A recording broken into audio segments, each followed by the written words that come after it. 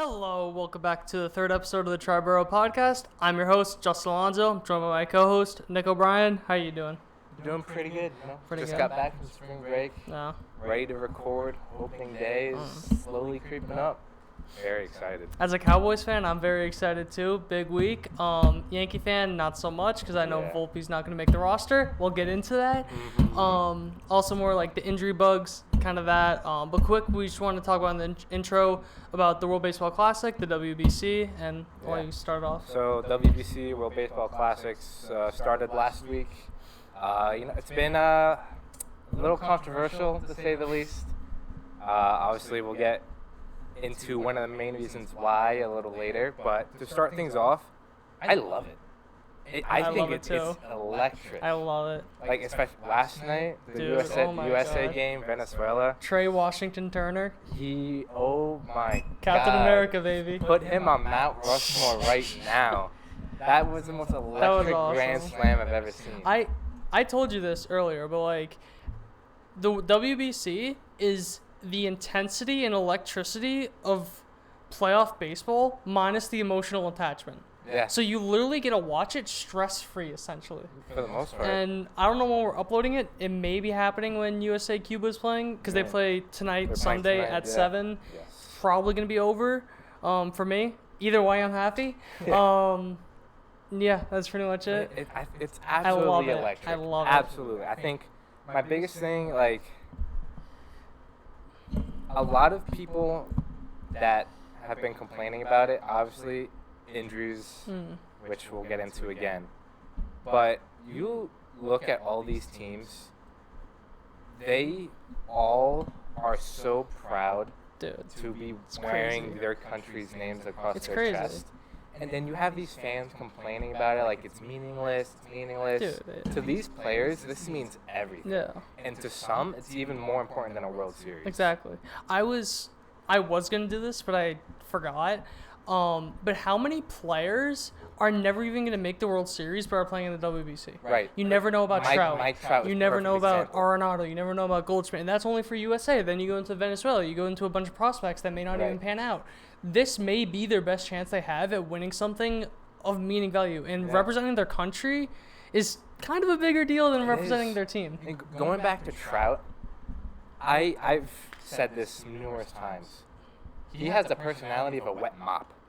But seeing his face and his reaction to Trey Turner's Grand Slam, that's what baseball needs. Yeah. We need to see emotion from Mike Trout. And this is what the WBC brings. Yes. This is why it's so important for not only players, like you said, who maybe not get a chance in the World Series, but growing the game itself. Exactly. Just like a couple numbers.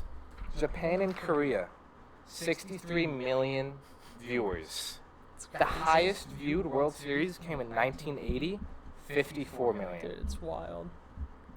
This tournament is what baseball needs. Yes. Did you have the thing about the households written down?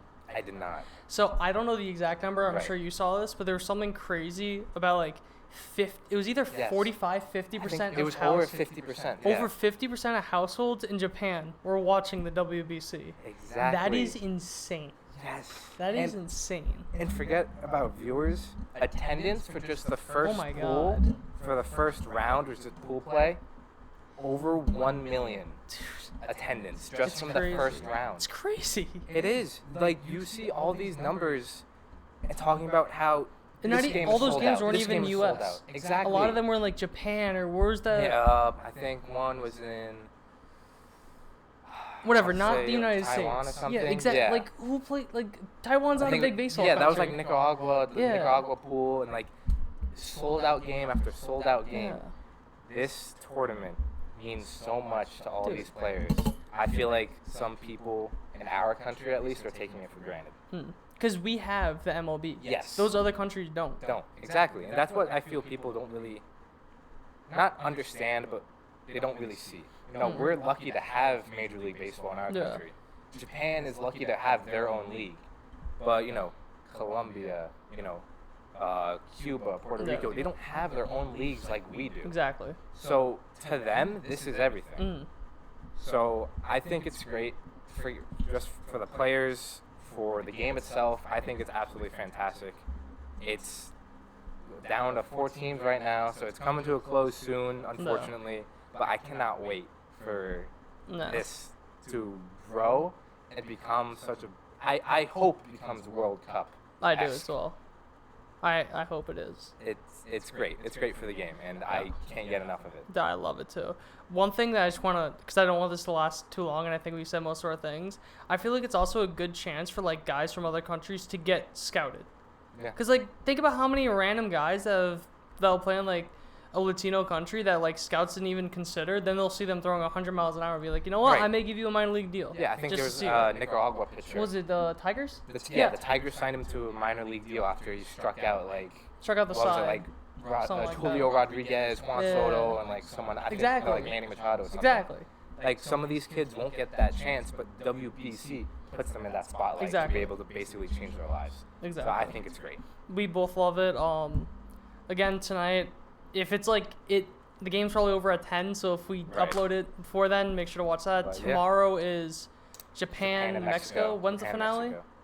Tuesday? Okay. Yeah, so after tomorrow, it's going to be the finals. Hopefully, it's probably going to be U.S. and Japan. I hope it's U.S. and Japan. But I think Japan's going to win. That's my prediction. Yeah. Ohtani's pitching the final if they make it. Darvish, their team is stacked. That's going to be a great game. That's going to be a great game. But you know what? Let's get into the American teams. The actual podcast. Our teams.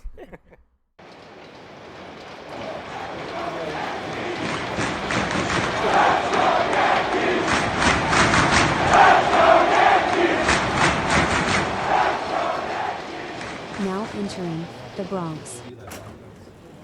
Hello, welcome back to the Bronx. Today we're just going to be talking about housekeeping stuff, spring training, injuries, definitely a big thing, prospects, all that. One thing I want to start off with is in the intro we talked about WBC. Yep. I just wanted to say for the Yankees, not really much. Glaber came back when Venezuela got eliminated. Yep. Loaiza came back when Nicaragua got eliminated. It was kind of funny because I was like, where is he? I was just like watching. I forgot he was in it, so I was just watching spring training. I'm like, dude, when is Loaiza gonna be put in? Why is he not pitching? And then he just like came back randomly. I'm like, oh, there he is. Oh, nice. Like, oh. Maybe he was hurt. Yeah. Okay. No. And then then the last one, Higgy is still on for Team USA. Yes. So whenever Team USA is either wins it all or loses, then he'll be crowned the champions. Yes. He'll come back. Please.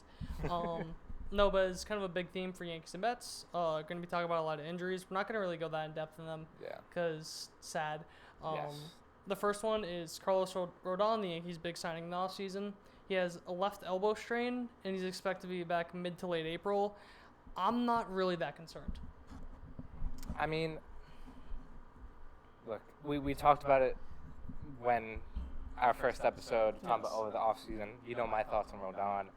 His injuries concerned me. Obviously, this is something that I don't want to say I told you so, but I told you so.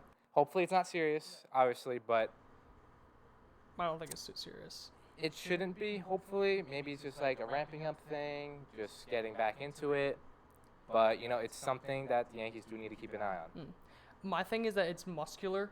Okay. If it was ligament, then I'd be concerned because, like, Lou Trevino, he has right elbow ligament strain. They said maybe May. That's what concerns me. Yeah. Because that's Tommy. That's like, you hear that, you think Tommy John. Yeah, Tommy John. Instantly. So it being muscular doesn't really concern me. Yeah. Another one, Tommy Kahnle. I feel his pain. He has right bicep tendonitis, expected back in April. The issue with that is because a lot of people probably don't know. It's more in like your shoulder. Yeah. You feel it. So like that can really like hurt the pitch. You definitely want to get... And anything with tendonitis, you really got to make sure you get it out. Yeah. It's almost like Bader, he has a right oblique strain. That's kind of the same thing, where it's like obliques and like tendonitis. You really got to be careful. Yeah. He's expected back mid to late April. I saw something, like everything on the website I was looking at, it said like, oh, mid to late. Yeah. It said the April 20th. Like as a set date? Yes. Sure. I don't believe that. There's no way that's true. So I just wrote down mid to late April. Yeah. The last one, actually, that's really all the bad stuff with injuries. You got two good things. Jose Trevino got like wrist inflammation. I think it was from a swing. Okay. He's expected to play on 21st, which is Tuesday. Shouldn't be too bad. Yeah. He'll be fine. Nestor had his first outing. Yep. Not the best. He got hit. A little bit. he threw 52 pitches in his first Yeah. outing. Yeah. And he was in the zone a lot, so I don't care. He's attacking hitters, being his first spring start, you're working on mechanics. 52 pitches, that's Yeah, especially that for too. him, that's really good. Yeah. In your So, first start. Wouldn't worry about it. Yeah, that's really it for the injuries. Again, didn't want to harp on it. Yeah. One thing the most ridiculous thing I think that came out of camp this week, IKF playing center field. Versatility. What did I tell you? To me, that makes me think that one, it's either trade bait, or Yeah. two, he's not in the shortstop competition. Right. Because if you're gonna make him a super utility guy, he's not gonna be starting every day. Yeah. So that makes me think that it's down to Peraza and Volpe, You'd hope. which I have an interesting take on that. Okay. So obviously, like, we came into the offseason thinking, or in spring training, thinking that Peraza was gonna be the starter, Yeah. like kind of the favorite to land the job. But what has he done Peraza. that makes him have the benefit of the doubt over Volpe? True. Because I don't think I have the numbers in front of me. I have like 5 people's stats. I don't have Peraza. But he's hitting, I think, about 200. Okay. Let me just preface. I think Peraza and Volpe should both be on the opening day roster. Both should be playing. Yeah. Volpe's hitting, let me get to it, in 37 at-bats. He's hitting 297, a 422 on base with a 990 OPS with 4 stolen bases. What has Peraza done to prove that he deserves it more than Volpe? Yeah. I know the answer, but... Yeah, I mean, to me, kind of like outside looking in, I wasn't on board with Volpe being the opening day shortstop, but... And then that one text. Yeah, I mean, like you said, what has Peraza done to outshine Volpe? Again, I believe Peraza should be the starting shortstop. I'm just making an argument for why does he deserve to be on the roster over Volpe. Yeah, and I mean, since coming to spring training, since games have started, the only thing Volpe has done is produce. And Cashman literally said in the offseason, he called him up and said, hey, you have a shot to be the starting shortstop if you hit. Or if you produce. What has he done? What else do you need? It's like... I mean, look, I know some people are going to be like, oh, who's he hitting against? Look who's he hitting against. It's spring training, but still. Major league pitchers. Yeah. And people act like every pitching staff is going to be the best pitching staff in the world. I know. Some you're gonna have the teams Tigers, have you're gonna have the Rockies, AAA you're gonna have, pitching. that's what I mean. Yeah. Double-A pitching. Exactly. But the answer to Yes. spoil it is that Peraza's on the 40-man, Volpe's Yep. not. Service time manipulation. Yeah. But service time manipulation is the dumbest thing. Yeah. Because other than I think like 1 or 2 other guys, there's not really that many candidates for AL Rookie of the Year. The way the rule works, I'm pretty sure you know this, Yep. is that if you finish top 2 in Rookie of the Year, a couple other things, you get a full year of service time if you're pre-arbitration. I don't see how he doesn't, if he plays so I think it's like mid-May Yeah. is the deadline for getting the extra year. If he comes at mid-May, I don't see how he's not top 2. Yeah, no, definitely. So like you said, the competition is kind of thin for Rookie of the Year, but look, Volpe's going to be up there. So, it just, I don't see, it's I know, at this point, I feel like Cashman and the rest of the Yankees are doing not only the fans a disservice, but a disservice to Volpe. And to the him in player, AAA. the team in general. Yeah. And to future prospects. I mean, right, I think it was Aaron Judge who said it. Yes. Doesn't matter how old you are, you can make the team better. I can't remember if I sent this to you, but how a lot of players were trying to pull for getting Volpe on the roster, and how Hal said he really likes Volpe. So we'll know soon enough. Hopefully, Yes. my expectations are low. I really, really want him, but with how they are with prospects, Right. I don't think it's gonna happen. Don't get your hopes too high, but Yeah. I still think there's a chance. So we will see. That's one prospect. Another prospect, Jason Dominguez, the Martian. He's living up to the nickname. Yeah, just a little bit. You could say that. Just a tad. In 22 at-bats, he hit .455 with a .520 on base, a 1.565 OPS, and 4 home runs. That's Kind of good. again 22 at-bats. Yes. That's Barry Bonds numbers. Right. Again, very short sample size, but he's keep in mind, him hitting that even off AAA pitchers is huge to see. Because he ended the year in That's Double massive. A, right? He played 5 games in Double A. Right, and he's hitting this off AAA guys. Dude, he's only gonna. His plate presence is just. I don't want to say it. It's almost Soto-like for how young he is, being able to have that plate presence. Right. And it's just, he's gonna be really. He got good. sent down to the minor league camp. Yes. Preface that. My personal opinion, I think that the very worst, he should be fast-tracked Double A, and then triple. I think he should start at Triple A, but I wouldn't be mad if they fast-tracked him. Yeah, I think starting him in Double A is probably the right move. Like you said, he only played 5 games, so that's probably the smart move. But look, I think then also the playoffs, just like another 5 or 6 games, but he's gonna be knocking on the major league door sooner rather than later. He's going to be good. There's a chance he could come up this season. Maybe. Because another thing is that he has to be put on the 40-man roster going into next year, so you can't manipulate his service time. Right. So, might as well see. He's on the 40-man, And what was I gonna say? There was one thing I forgot about Volpe, and I hate that I'm saying this because people are gonna misinterpret this. I think I found the perfect comp for Volpe. Oh yeah. What's that? Almost, not positional wise, but Mookie Betts. Oh yeah, his swing. The batting stance. Yeah. What I think his ceiling is, the type of player he is, like that leadoff guy that could steal 30 bags, has a good amount of pop. Again, if he's Mookie Betts, that is insane. Yeah. I'm not saying he's Mookie Betts. Yes. I'm just saying the same type of player. Right. I'm pretty sure they're both 5'10". Mookie Betts maybe, or no, Volpe's 5'11". I think Betts 5'10". Yeah. Whatever. About same height, about same weight, same build. I don't know. I forgot to mention that. But Even if he's like half the player Mookie Betts is. If he's half the player, give me that. Yeah. That's in every other year All-Star. Exactly. And that I'm A-okay with that. And drafting these guys, that's all you can ask for. I am A-okay with that. Oh yeah. And one really other thing I want to talk about spring training. I want you to. I'm gonna set an over/under for Josh Donaldson's batting average. I'm gonna put IKF's batting average is 231. Okay. That's the over/under for Donaldson. For his spring training batting average. In how many at bats? Yeah. 27 at bats. 27. It's 230. I'm gonna go with the under, but it can't be that much lower. 185. He's hitting 185. And I'm pretty sure he struck out like twice today. And that's like not including today. That is, I can honestly see him being DFA'd. Yeah. I think the move that happens is mid-May, he gets DFA'd, Volpe gets called up. I mean, like, if they don't care about the money, that's the big thing. If you can live with eating that money, kind of like how the Mets did with Cano, he started the year. A lot more money. Right, he started the year with them on the roster, but come May, he was out. I agree that that's how they should do it. Because I honestly think Donaldson, there's a chance he has something left. Right. Just because the whole I think we talked about in another episode. Yes. About, like, the injuries. You never know if he was fully healthy, all that.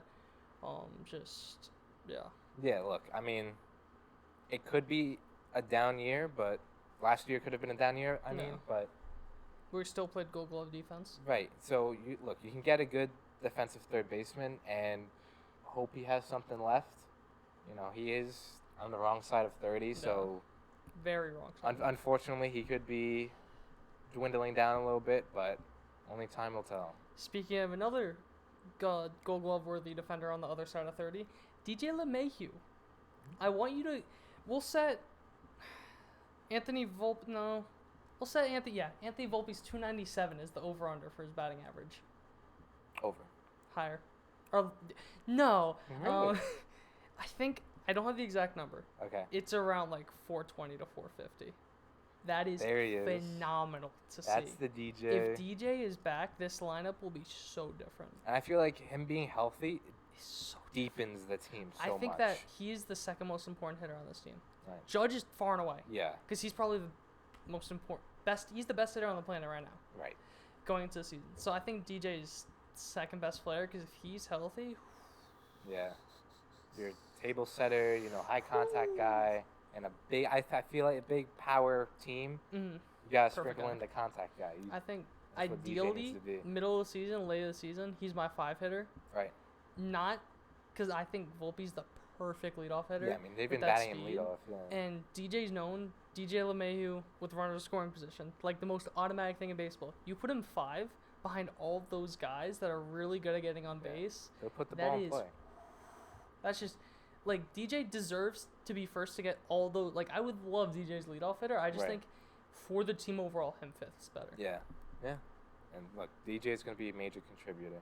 Yes. Only real other thing is talk about the rotation. Yeah.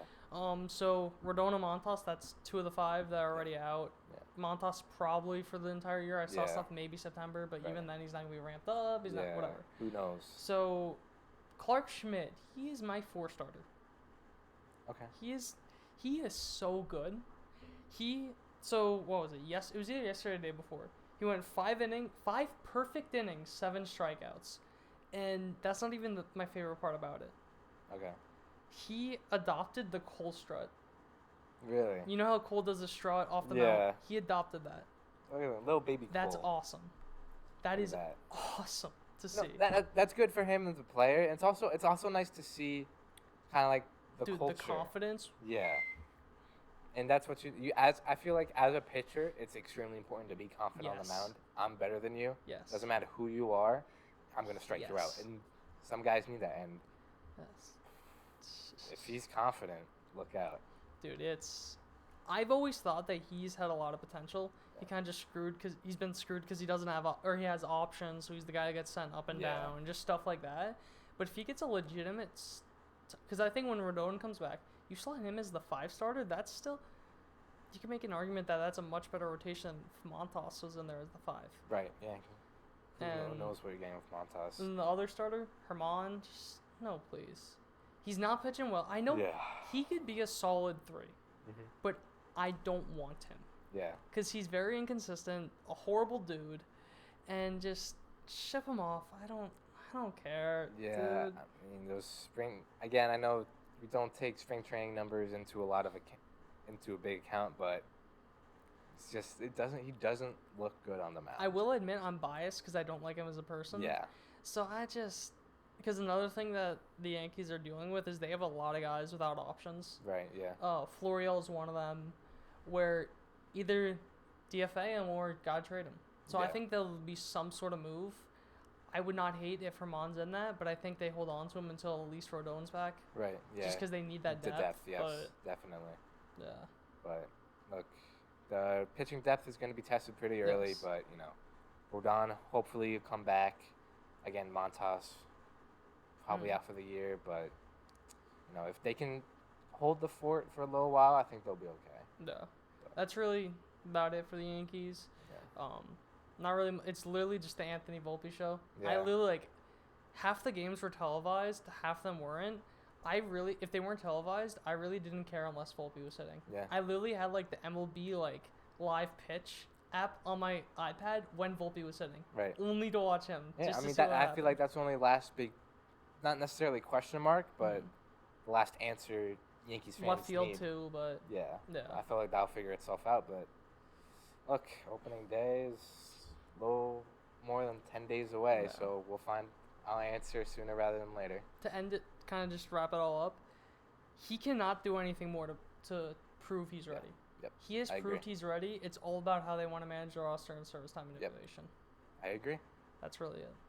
All right. We'll see you in Queens.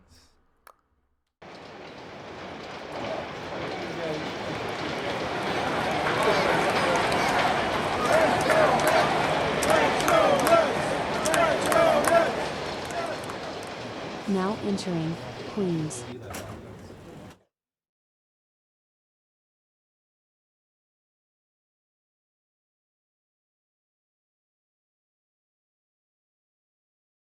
Anyways, welcome to Queens, everybody. The Mets have had a couple of injuries, and a big one at that, which we'll get in a second, but some housekeeping items. Kodai Senga, last week he had some tendonitis in the base of his index finger. He scratched him a start, but he made his next scheduled start, so I think he'll be okay. I think The main thing was, I think it's from the ball. You know, the ball in Japan is a little smaller and the seams are a little higher than in America. So I think it's just a grip thing. But again, he made his next scheduled start and he looked fine. He pitched fine. We mentioned it with Tom McCanley, the Yankees. Tendinitis is one of those things where it's very annoying, where you could be healed 99%, that 1% will come to bite you back in the ass. So you really have to make sure it's like gone. If anything, you want to give it a couple extra days just to really make sure it's gone. Then you gotta not slowly, because it's only like, it's not that serious for him, for the finger, but like ramp up to make sure you're really not gonna be an issue again. But again, should be fine. I think it's just, again, he needs to get accustomed to the new ball, and I don't think it's a big. Well, no, I was gonna say I don't think the season's in question. Like the beginning of the season's not in question, so he'll be fine. But after that, the first cut of spring training came up. Ronnie Mauricio, Joey Lucchesi, both optioned to AAA. Outfielders Abraham Almonte and Jalen Davis were brought to minor league camp. Going into spring training, I think, as fun as it was to watch Mauricio, he never had a shot at making the roster. You know, still has some things to iron out in the minors. You know, his career on base percentage is like hovering 300. Not good, not great. Not good at all. No. That's horrible. It was very entertaining to see him bash 450 feet home runs, but again, not quite there yet. Yeah. Hopefully, he'll figure his on base percentage out. The minors, you know, be a bit more selective. But again, not a big surprise. I don't think anyone really thought he was going to make the roster coming out of spring training. Joey Lucchesi, on the other hand, he'll be up a couple times. He'll be a contributor in the majors, you know. That's a last name. Lucchesi. Joey Lucchesi with his curve too. Dude, that's a name. It is. Sorry. Please tell me he throws a curveball. He throws a curve. Oh, a curve. That's a what curve. They call it? It's like a weird. It's like it's not quite a changeup. It's not quite a curveball, and it's only special to him. His curve. So you'll see the curve sometime in the majors. Joey LaCurve. Joey LaCurve. Sure. Make that a thing. Put it on a shirt. Put it on a shirt. Yeah. Easy. At Daniela. But you know he'll be up a couple times. I feel, whether it be a long man or a spot start, we'll see him in the majors. Almonte and Davis, though, not really sure what's gonna happen with them. You know, minor league camp. They had good springs, but just really the roster didn't really fit them. They really didn't have a spot, so we'll see what happens with them. And then Nimmo and Marte, they came back. They made their spring debuts. You know, Nimmo was ramping things up slowly. He said that's what he did last year, and you know he had one of his healthiest seasons yet. Marte recovering from core/groin surgery. No. He made a spring debut. We had a little bit of a scare. He got hit in the head like a second game back. But he came back like 1 or 2 games later and performed. I think he's all right. He passed all the concussion protocols. So we'll see him from here on out. I'm sure they also want to slow play with him. Yeah, because like you said like it was abs, groin, something like that.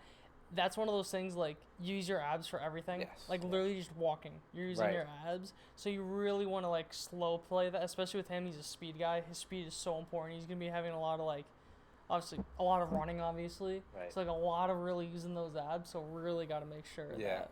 So I think he'll be all right. He's back in game. So everything's all good.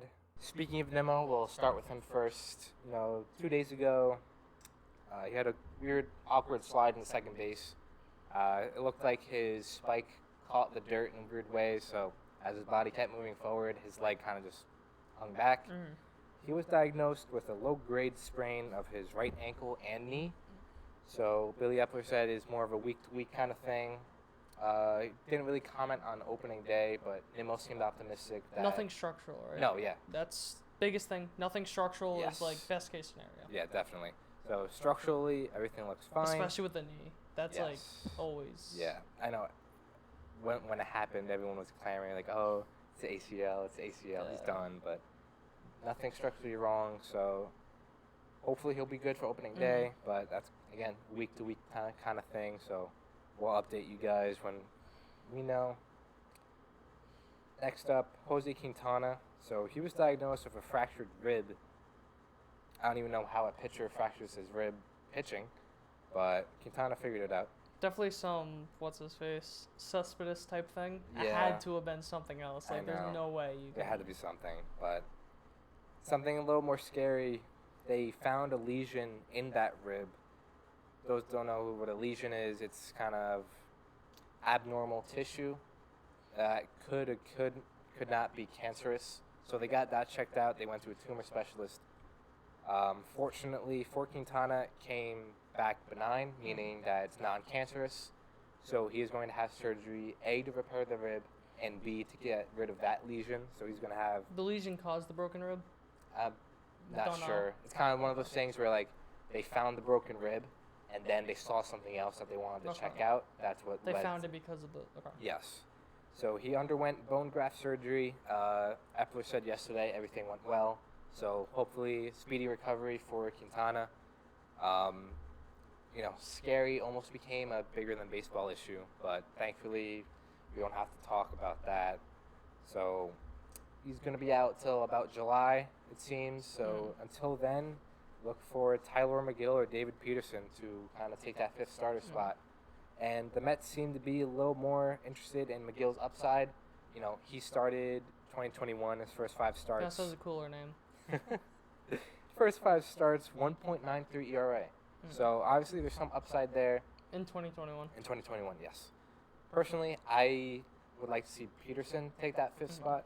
Going to the offseason, I really thought Peterson was kind of penciled in as the 5th starter. You had Scherzer under contract. You picked up Carrasco's option. So I thought Peterson, I think he deserved the spot. But then, they signed Senga, they signed Quintana, or whatever. The depth became amazing. Obviously, they're going to have to take from that depth. I think Peterson should be the replacement. I think he's really coming to his own, especially adding a lefty into that rotation. I think he's deserved it. But, again, only time will tell. He's having a really good spring.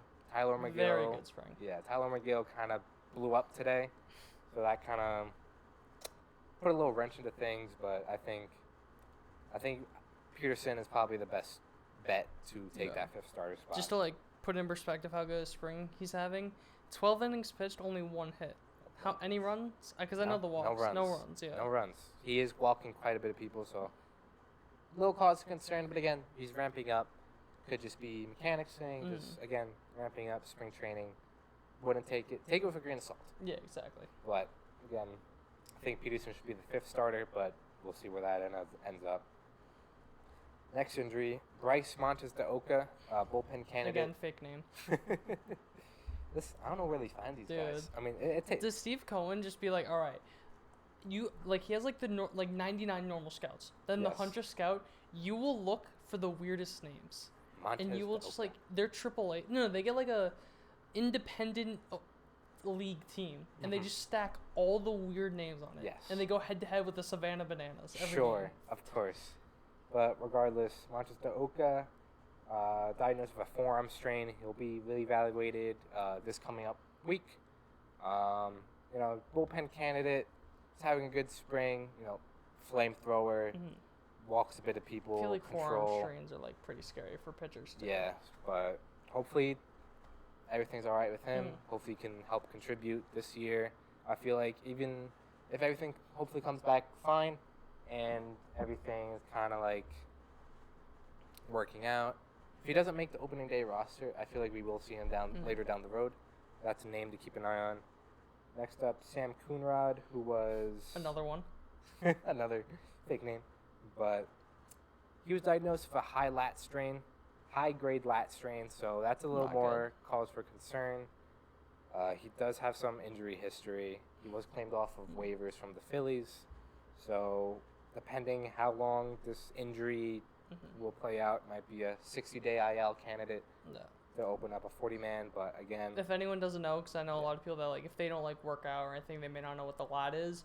It's pretty much the muscle. If you put, your arm out at a 90-degree or 180-degree angle, you could feel that muscle around your shoulder blade. That's essentially your lat. Right. So, that's one of, the biggest muscles, in, your body that you use when throwing. Not your arm. Especially for... like you said, for throwing, for pitcher, a little bit more cause for concern, but... Yeah. We'll see what happens with that. Hopefully nothing serious. Hopefully he comes back healthy. And now the big one. Can I cut you off before we get to the big one? Yeah, go ahead. It was just something I was thinking about, and the numbers kind of back it up just based off how many comparatively. Do pitchers just get hurt at a much higher rate than hitters? I think so. Because I was thinking about it. I feel like you put a lot more strain on the body as a pitcher compared to a hitter.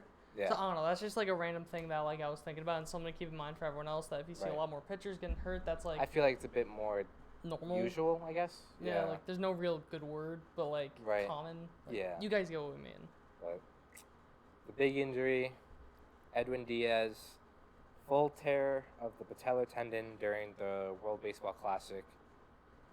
Close out the game for Puerto Rico. You know, everyone was celebrating, everyone was jumping around. Next thing you know, Diaz is on the ground. Yeah. So, he tore his patellar tendon, which, if you don't know, is the tendon that connects the bottom of your kneecap to the top of your shin. So, what allows you to basically straighten your leg and bend it, that tendon he completely tore. So the Triboro MD. Yeah. No, I'm telling you, after after the official diagnosis came out, I became an expert on this tendon. You got your master's? Yes. I read up on everything. I read up on the surgery. But regardless, he does need to get surgery. He did get surgery. Everything went well. He's in recovery mode now, but underwent surgery to repair. The typical timetable is about 8 months, so says Billy Epler. So that kind of puts him at risk to missing the season. It's more likely he's going to miss the season than not. I'd say personally, again, not a medical professional. I'd say it's like a 20% chance he comes back, and that would only be for like the postseason. Right, that'll be like if even half of the September postseason, around that. Again, not a medical professional. Biggest grain of salt to ever be taken. But you know, it's a little more uncommon, but people do come back about 6 months from this injury and surgery. So it's not impossible, it's more improbable. Yes. So, look, the Mets should be kind of moving through the season as if Diaz is not going to be there. Agreed. You know, they shouldn't be kind of betting on, like, oh, he'll be back in September or whatever. And even then, that's already a majority of the season. So I feel like at that point, even if he can come back, I'd rather play it safe and kind of just, you know. You don't want to ruin his career. Exactly. Kind of just take things slow, ramp up, get ready for spring training in 2024. Can I go on a little bit of a tangent really quick? Really quick. Not really quick, but do not blame the WBC. Yes. This is not the WBC's fault. It was a freak injury. It was a freak injury that we talked about this before, that it could have been a couple of other things. In my personal opinion, I don't see how a perfectly healthy knee can just snap like that, completely destroyed. And if it weren't for the WBC, I feel like there would be something that would happen regardless. Yeah. And maybe later down the road. Yeah. And it could have been worse. You never know. Yeah. So at least in a way, you could think it wasn't worse. Right. And like that's like it still might really bad. Be better than an ACL. Yeah, maybe I a think little better than an ACL injury. Who knows? Again, we only just became the Triboro MD. Yes, so we don't just know got sure. our medical degrees took and the license. So Hippocrates oath. Don't start booking appointments just yet. But regardless, not the WBC's fault. Yes, not the WBC's fault. Look, I think as much as people are frustrated, I'm sure Diaz is 100 times more frustrated. Yes. He understands the contract that he signed, the highest paid closer in MLB history. He understands what he means to the Mets. He also understands what he means to Puerto Rico. Yes. I mean, unfortunately, they got eliminated, but I'm frustrated. Other Mets fans are frustrated. Baseball fans are frustrated. You know, Diaz is, forget about arguably the best closer. He's one of the most electric closers to watch. Yes. As an entertainment value, he is one of the most exciting pitchers to watch right now. Yes. And it's a real shame that we're not going to see a lot of that. He literally made the trumpet song like one of the most overplayed thing in any sport. Yeah. You hear it in like every sports thing, and it's like driving me insane. Like I hate when something like that's made for one specific guy is Gets like used everywhere. It's like, come on, like didn't they have it in a New Haven game or something? I think so. Like, the New York Islanders used it for the warm-up music. Like I get it if he's there for the game or whatever, but like come on, like but that's him. Regardless, I'm gonna miss the trumpets in Citi Field. I'm sure a lot of other people are gonna miss the trumpets, and I think it's one of these injuries where you kind of need to take a step back, be a little more selfless, and kind of hope for the best for Edwin Diaz, the person. It sucks that we're not going to see him pitch, but, for his family, for himself, again, like I said, he must be extremely frustrated. And, Diaz is, from everything I've read, he's one of the most optimistic and, like, a big ball of energy.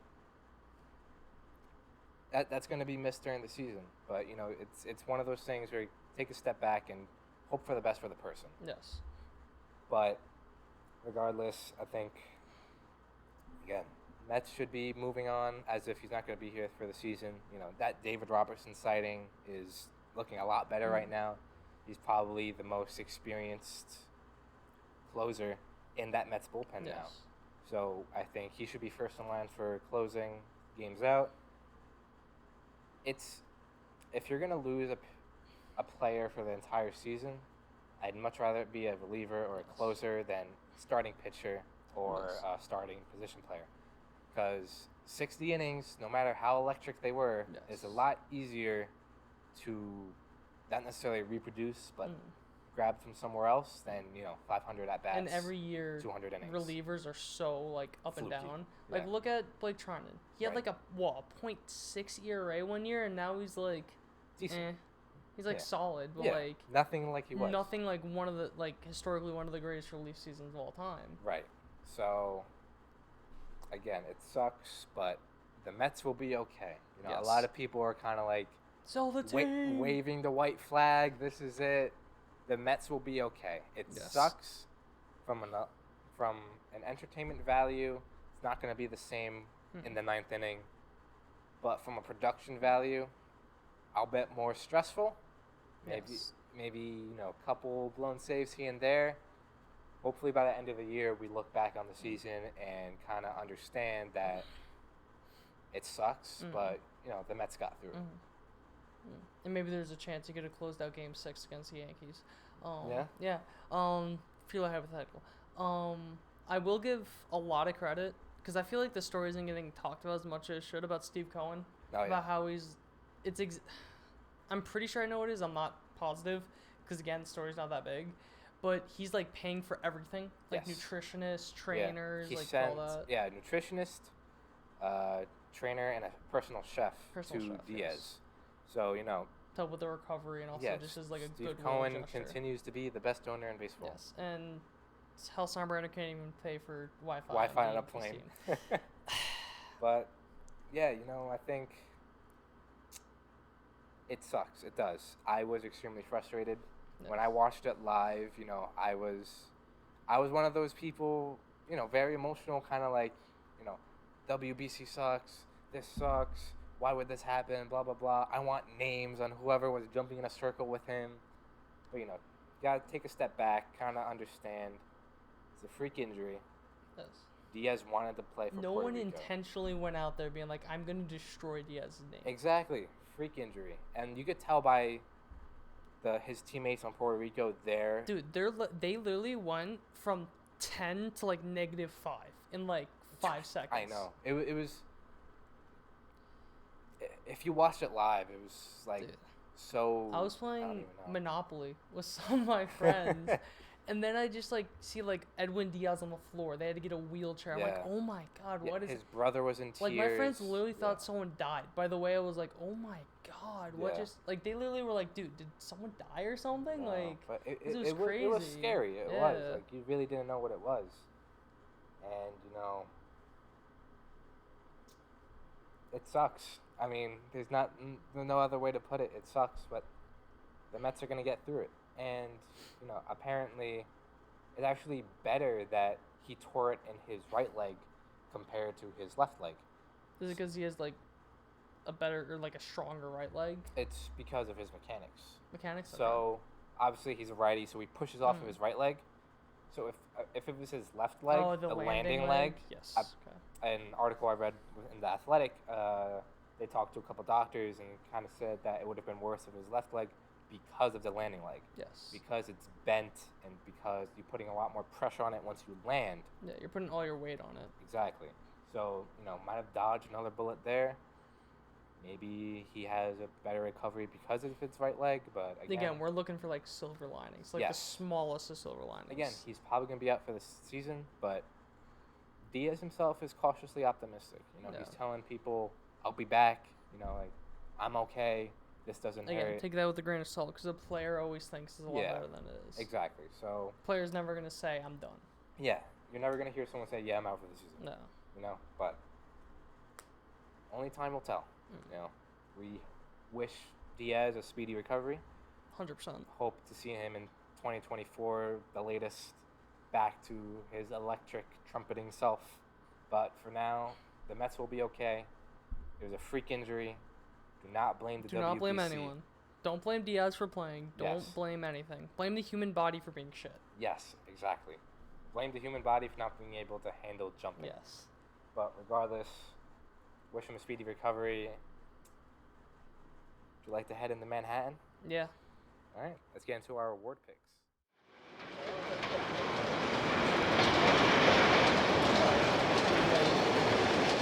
Now entering Manhattan.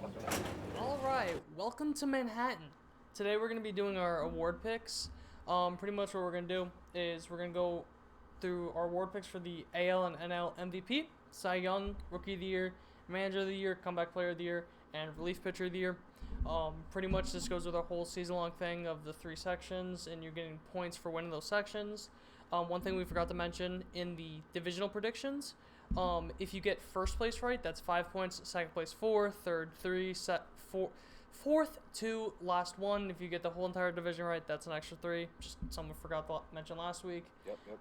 And what we're doing, 1 point for each thing that you get right. Yeah. And if you sweep it, do you want to do an extra point? You get both MVPs? Of course. Okay. Of course. All right. So we're going to start with our AL MVPs. Yes. You start us off. I start off for the 2023 AL MVP. I have Yordan Alvarez of the Houston Astros. Okay. I went the safe route because because how we're doing is that if they win it, it's 3. Yes. They get second, it's 2. Yeah. They get third, it's 1. Yep. So I went the safe route. I went Ohtani because no matter what, as long as he's healthy, he's gonna be top 3. Yeah. It was either him or Judge. I think Judge's health stuff's overblown, but he's also a big guy. Never know. So I just went safe Ohtani. I think if Judge didn't hit 62 home runs, Ohtani probably wins MVP. He definitely wins it. There's some people started to think there was a debate. There wasn't a debate, but the fact that you could even somewhat mention debate when a guy broke the AL home run record. I think something that might hurt Ohtani is if he gets traded mid-season. I was thinking about that. If he gets traded to the deadline, that might complicate some things. Yeah, we'll cross that bridge. Yeah, we'll cross that bridge when we get there. I was also thinking contract year. Yeah, I was thinking about that. I wanted to put Ohtani, but that's the safe answer, like you said. But Yordan Alvarez, yes. I mean, arguably second best hitter last year. Yes. Besides Judge. Just his stats real quick. 306 average, a 1.019 OPS plus. I'm sorry, OPS, and a 185. Dude, that was your OPS plus? Imagine. Oh my god. No, that'd be horrible. 185 WRC plus. That's crazy. He had 6.6 F WAR, barely playing defense. As a DH. That's what I think is why he's not going to do it. Because DH, but... Hold on. Last year, 77 games at DH, 56 games in the outfield. Started playing more outfield towards the end of the year. Mm-hmm. He had not the best defender. Yes. -7 outs above average in 22. But in 2021 and 2019, he had -1 and -2 respectively in left field. Yes. So I think if he kind of gets average at best defense with those offensive numbers, I think he has a real shot at winning MVP. I also think the health is starting to become a question mark. He's already hurt this year. He does have a hand injury. I was taking that into account, but I think the production is there. I mean, again, like I said, arguably second best hitter Yes. besides Judge. So I think Ohtani's the safe answer, but It's just I hard like to pick Jordan. a DH. Like, I like the pick. It's just the DH aspect. I think if he plays more left field than DH, I think that kind of helps his case, unless he's like atrocious and with defense. But look, 6.6 F4, barely playing defense. Like, imagine average at best defense. But that could also come down. It could. But that's why average at best. You're looking at least a 7-win player. So that's my pick. Yes. My pick for the NL MVP, Juan Soto. Same here. Juan Soto. I knew it. God damn it. I knew it. I changed it last second. Yeah? I had Acuna at first, and then I changed it. So there's not really much but talk about there. I think we could just splurge on Soto for a second. Dude, people forget how, like, he was horrendous. Like, literally, like, the worst hitter in baseball. Like, worse than Chris Davis when he got traded to, like, the Padres for a while. And he still had, like, a 140 WRC plus. Are you ready for his down year numbers? Yes. I have it written down. Oh, God. For his down year, Juan Soto hit 242, a 149 OPS plus, a 145 WRC plus, 3.8 F-WAR, and an on-base percentage over 400. That's insane. For his down year. And look, he's tearing it up in spring training. Yes. Wasn't he also popping off in the WBC? He had that one dead center home run. Center home run. Lefty, I think, too. And look, his defense was horrible last year. He shouldn't have sniffed a Gold Glove nomination. Yeah. But in 2021, he had 4 outs above average in right field. I'd say he's just average to maybe a little above average defender. It could have just been one of those things of a down year and just like mentally everywhere. Not being there with. If he plays decent defense, I don't think you can pick anyone else besides Juan Soto. He's so good. He is. I feel like he's gonna have a big year. He's gonna have a big year. I do as well. Right. For my, or you go first for AL Cy Young. AL Cy Young, you ready? Luis Castillo, the Seattle Mariners. I don't like it. I got Cole. Cole? Yes. I don't like that more. let me persuade you real quick. You're not gonna be able to. Luis Castillo, 2020 stats: 150 innings pitched, 2.99 ERA. Well, how could it? Sorry, 2022. I was gonna say they only played 60 games. 150 innings pitched, 2.99 ERA, 3.07 FIP, 167 strikeouts. Got traded to the Mariners midseason. Stats with the Mariners: 65 innings pitched, 3.17 ERA, 2.91 FIP, 77 strikeouts. He kind of moved away from his changeup last year. I feel like when you think of Luis Castillo, you think of that nasty changeup. One of the best in the game. It was a great pitch in 2019, a negative 28 run value, meaning it created less runs than the average changeup. In 2021, it was a okay pitch, a negative 3 run value. If he gets that changeup back, deadly arsenal. Again, he's going to have a full year with the Mariners. He was with the Reds, who sucked. Mariners are 15th in outs above average for a team with 2 outs above average. The Reds were 26th with negative 2022 with negative 22 outs above average. So he has a much better defense behind him. And Great American Ballpark, where the Reds play, is the second highest ballpark factor, meaning the second most hitter-friendly park. Of course, you got Coors. So I thought it was third. Whatever. But it was second last year. You don't want to know where the Mariners ranked? Low. Dead last. 30th. So T-Mobile Park is such a pitchers-friendly park that I think this change from the Reds to the Mariners is really going to help him. I don't see it.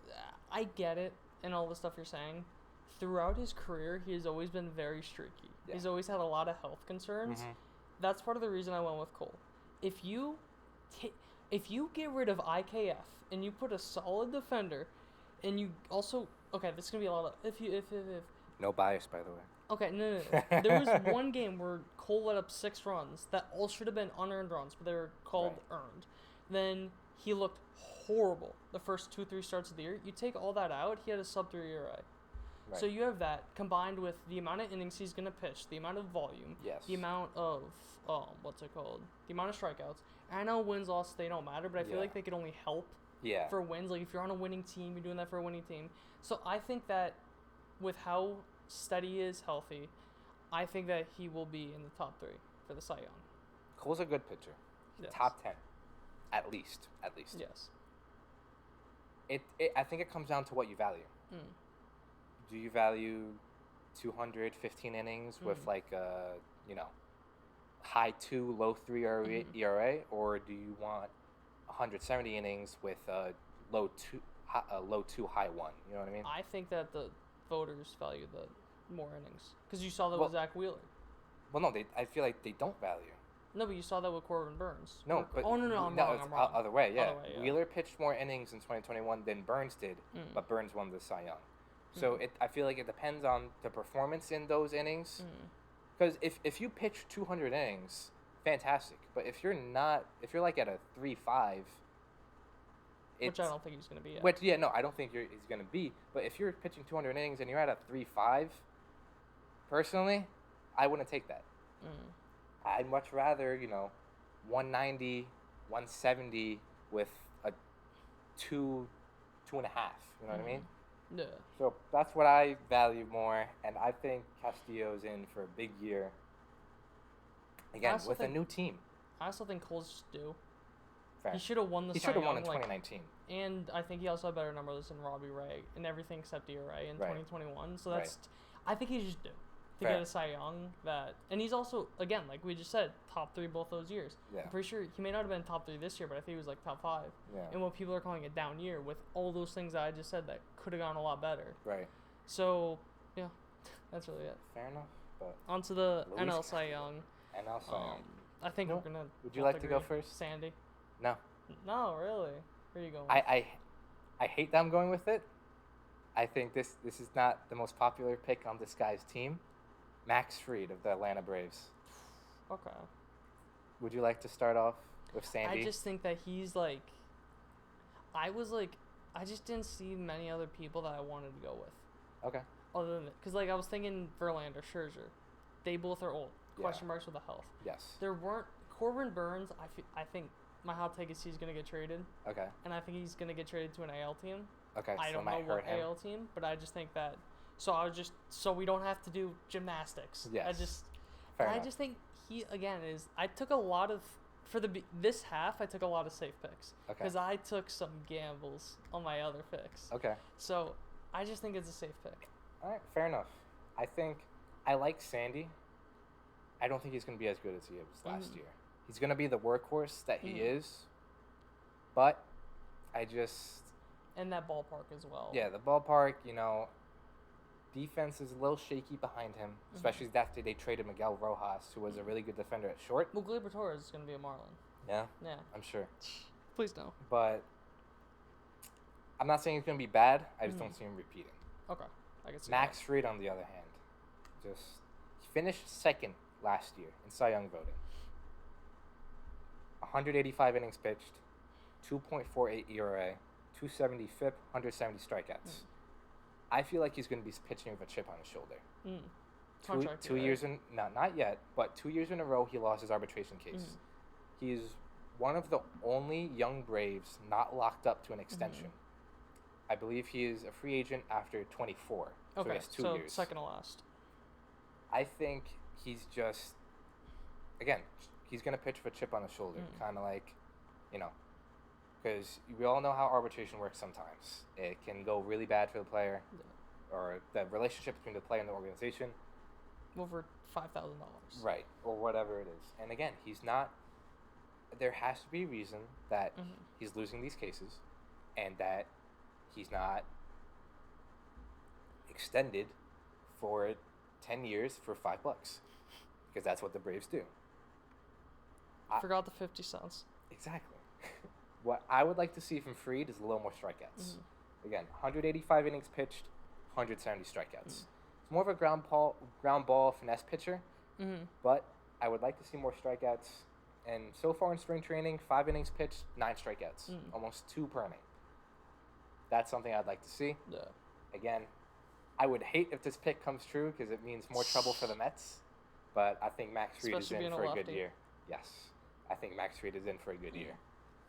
All right. On to the AL Rookie of the Year. I think we might agree on these. Want me to go first? Yes. Gunnar Henderson. Gunnar Henderson? That's who I had initially. But I'm going full bias on this one. Anthony Volpe. I do not care. Okay. I do not care. Okay. I just think that there will be a point that they will have to bring him up. Right. We talked about this earlier with the service time. Yes. I don't see how he's not top 2 in Rookie of the Year. Fair. And I think that he's also in a much better offense, that he is going to be getting more at-bats, more runs, more opportunities to steal bases. He's going to be in a much bigger market than Gunnar Henderson, so he's going to get a lot more recognition.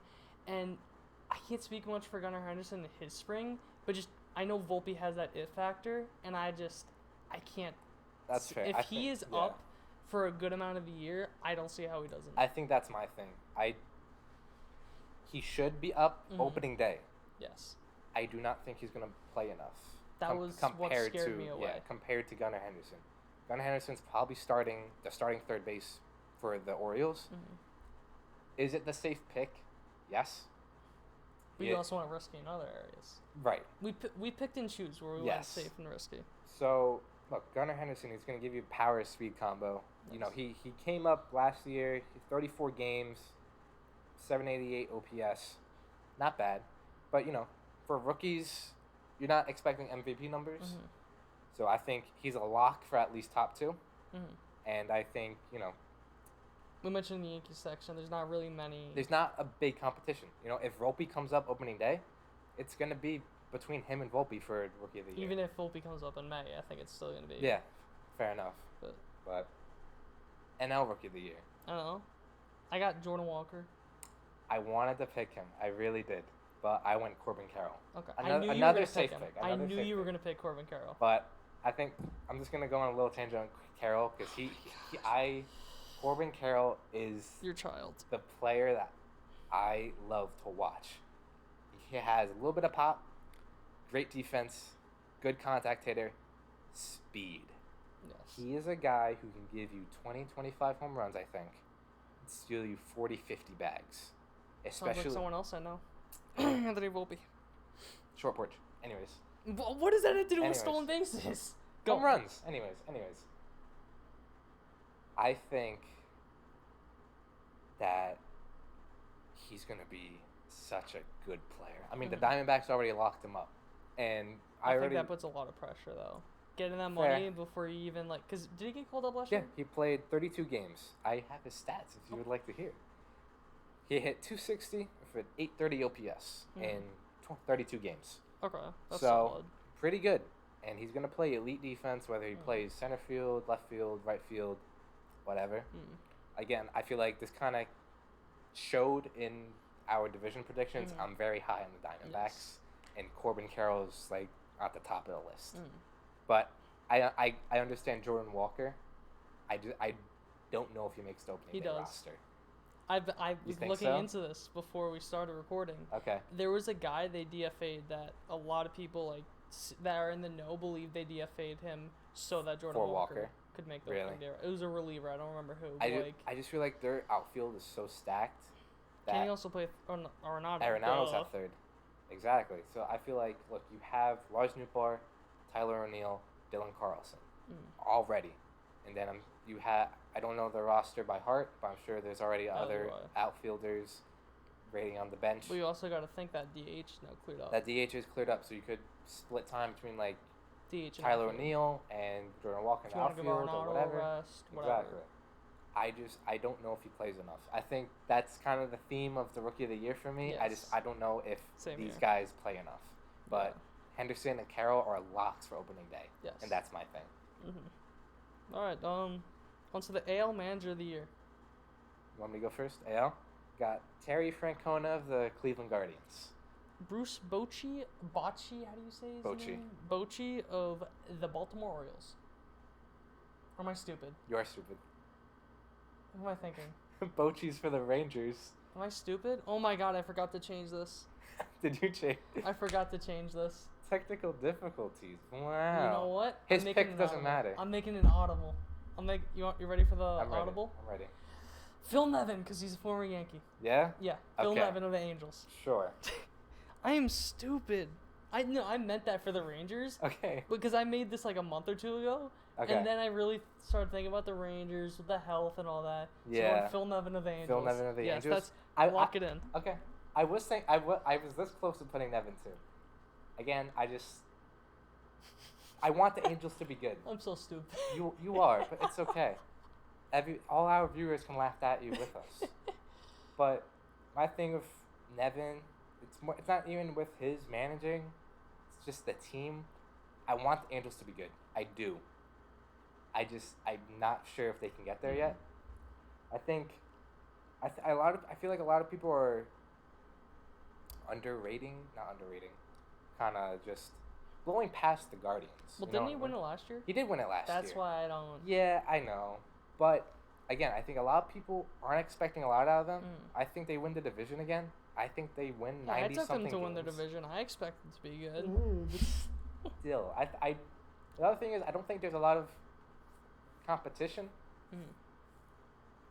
There's like 3 or 4 I mean, guys. talking about Bochy, if the Rangers are good, which I don't think they will be, Bochy probably wins it. No. But I don't think the Rangers are going to be that good.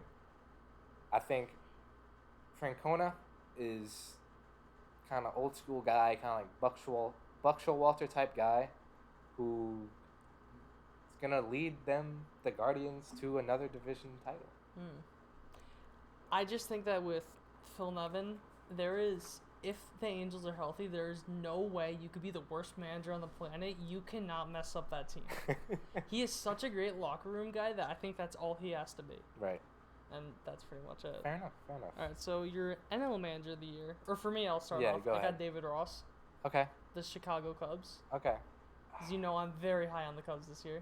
I'm not. That's why I went with Torey Lavulo of the Diamondbacks. Again, I'm really high on the Diamondbacks. Literally, our division predictions of who we thought was going to be like an underrated team. Yeah. Like that. But go Basically. I think the Diamondbacks. I mean, we both had them third. Yes. Again, the Giants are kind of. Giants and Rockies are kind of there. Right. So, very high on the Diamondbacks. I think they have an above 500 season. Yes. Not going to make the playoffs because they're stacked. But I feel like they're going to be a lot better than people are thinking, which, I think that with the Cubs, too. I don't see it with the Cubs. That's my thing. No, I'm not going to spoil that yet. I just think that so much stuff is like, it's one of those things where, like, if anything goes right for the Cubs, they'll be a pretty solid team. Right. Okay. So it's like, it's a thing of if anything goes right, some of that stuff has to go right. Yeah. Especially in a weaker division. I'm not that high on the Brewers. I think they sell at the deadline. Wow. Oh, so okay. All right. It'll at least like somewhat sell. Especially the stuff you're seeing with Burns, so there's a lot of like doesn't seem that good with their relationship. Yeah. I think Burns gets traded at the deadline. Okay. So I don't see them doing that good, and the only reason I had them third in our division predictions is because the rest of that division is like so unimaginably bad. Right. That yeah, I'm going with David Ross. Fair enough. You know what? I can't fault you for that pick. I'm just not as high on the Cubs as you are. Yeah. It's more that I'm just so low on every other team in that division other than the Cardinals. Fair enough. So, AL Comeback Player of the Year. Let's just start this off. This was by far the hardest award to give out. Yeah. By far. No, definitely. All right. Go on. So, well, let me start this off first. I had Tyler Glasnow. We both had Glasnow. But he already got hurt. Again, I made this like a month or two ago when he wasn't hurt. Then I was reviewing it today. I was like, oh shit, he's hurt. Yeah, he's already hurt. Who knows what we're going to get out of him this year. Yeah. So, I went with Michael Brantley. Michael Brantley, that's a solid one. Juice Ball Merchant, that's why I didn't pick him. But go on. Oh, well, for me. Go ahead. One guy I was looking at was Chris Sale. Yeah. Because the upside, but I just don't see how he could pitch even 100 innings. Maybe I don't even see how he could pitch 80 innings. So I went with Yasmani Grandal. Really? Yasmani Grandal. I didn't even think of him. I didn't either.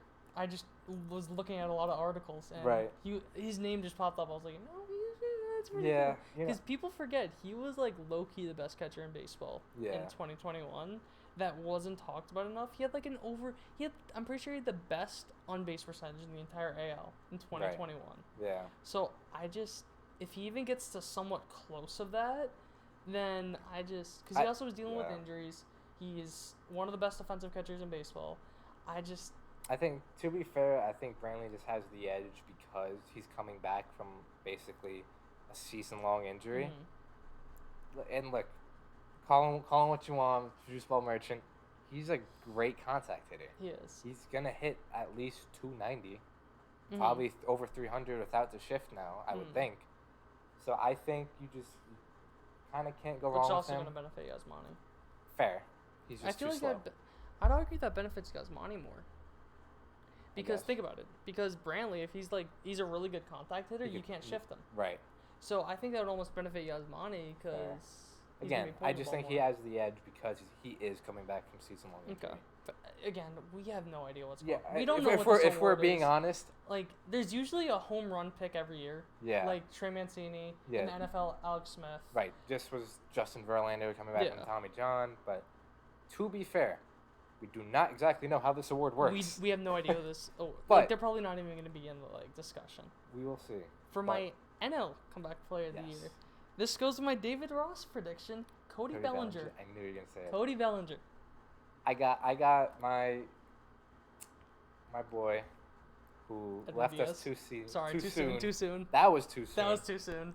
Michael Conforto. Conforto, okay. I think Bellinger is too far gone. I don't think so. I think he got 20 million, was it? I think 19, but yeah. Crazy amount of money. There's no way as the Chicago Cubs, I know Scott Boras. Yes. There is no way as the Chicago Cubs that you give what's his name? That outfielder that was just fell off a cliff after the World Series. Jason Hayward? Oh, yeah. Jason Hayward. You don't give Jason Hayward 2.0, $20 million after you just had so much PTSD from that. Right. They have to know something about him. They think they could fix him.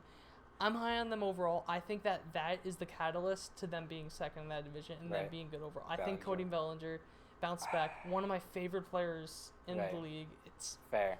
I think, again, the thing with Conforto, he didn't play at all last year. Yeah. So I think he has the edge in that. I completely forgot about that, by the way. With Bellinger, you're kind of just hoping for a bounce back, not necessarily a comeback, if that makes sense. Conforto was out for the entire of 2022. And look, as much as I think mostly Mets fans kind of bashed on him for his 2021 season, it was not what we expected from him after 2022. I mean, 2020. It's not what we expected him kind of going to a contract year. He did not have a terrible year if you look at it in a vacuum. So I think coming back from injury... Which you have to do a lot in baseball. Right. Just because of how up and down the season is. Definitely. Go on. He's having a good spring. New team, kind of fresh start. Again, coming back from a season-long injury, so I think that gives him the edge, but I think Conforto is the right way to go. Okay, so that's really that for comeback player of the year. Relief pitcher of the year for the AL. AL, I think we agree. Manuel Class A. Don't really got to talk about that. He's a safe pick and just the best pick, probably. It's safe in the way of who else? I mean, Jordan Romano, he had a good year. I can't see Romano. I don't think he repeats. Unfortunately, Liam Hendricks is out for probably out for the year. I wouldn't have picked him. Right. So I think the best pick is Class A. Yeah. I mean, I don't think we got to waste. He's disgusting. He's such a great reliever. NL relief pitcher of the year. We both had Diaz. Yes, we both had Diaz. But I was gonna change it, even before the Diaz injury. Okay. Josh Hader. Okay. I also have Hader because Diaz got hurt. I changed it to Hader. I was gonna have Diaz, but I think he has a bounce back. Bounce back. Bounce back. Yeah. That's the right word. He had a really bad year. Trust me, I had him in fantasy. Bad. I know. Horrible. But people forget he was the best reliever in baseball for 2-3 years. Yeah. Something crazy like that. And in September to October, 10 innings pitched, .87 ERA, 6 saves. He did not allow a run in the postseason. Yeah. So I think he's gonna have. And keep in mind, it's not like the Padres got knocked out first round. That was into the NLCS. Yeah. So, full year with the Padres. No more trade talks. No, he's not going to get traded mid-season. On a significantly better team. Yes. Significantly better. He's probably going to get more opportunities, and I think he's just going to be better than he was last year. And he's going to be the Josh Hader that we knew before 2022. I won't say love, but that we knew. That we knew. All right, that's pretty much it. That's pretty much it. Thoughts? I think I had the better picks. I disagree. You were too safe, personally. Really? With the Volpe, major Jordan Walker, awards. David Ross, Yasmani Grandal, Cody Bellinger. That's safe. Luis Castillo is winning the AL Cy Young. Draft him in fantasy if you can. Disagree. Fantasy advice for the episode. We're about to lose a lot of people a lot of money. Oh, yeah. Definitely. All right. Anyways, so one thing to note, the next episode will be coming out on March 29th. 29th? The day before opening day. Yes. And then after that, after every series, we'll be uploading. So on a normal week, that's 2 episodes a week. Yes. And just to give a little teaser to the next episode is kind of like an over-under. Where we're going over-under on some people's stats. Yep. I have some of them in front of me. Just an example, Judge home runs, Alonso home runs, Volpe stolen bases, Verlander innings pitched, Boone ejections, which is my favorite one. Just stuff like that. Stuff of that nature, but opening day is right around the corner. Right around the corner. So we're really excited to really start this thing going once the season starts. Really getting going, because we're gonna have a lot more content this season. Oh yeah. So thank you guys for watching. See you guys. We will see you in about 10 days. About 10 days. I'm not a math major. Thanks for watching. See you guys.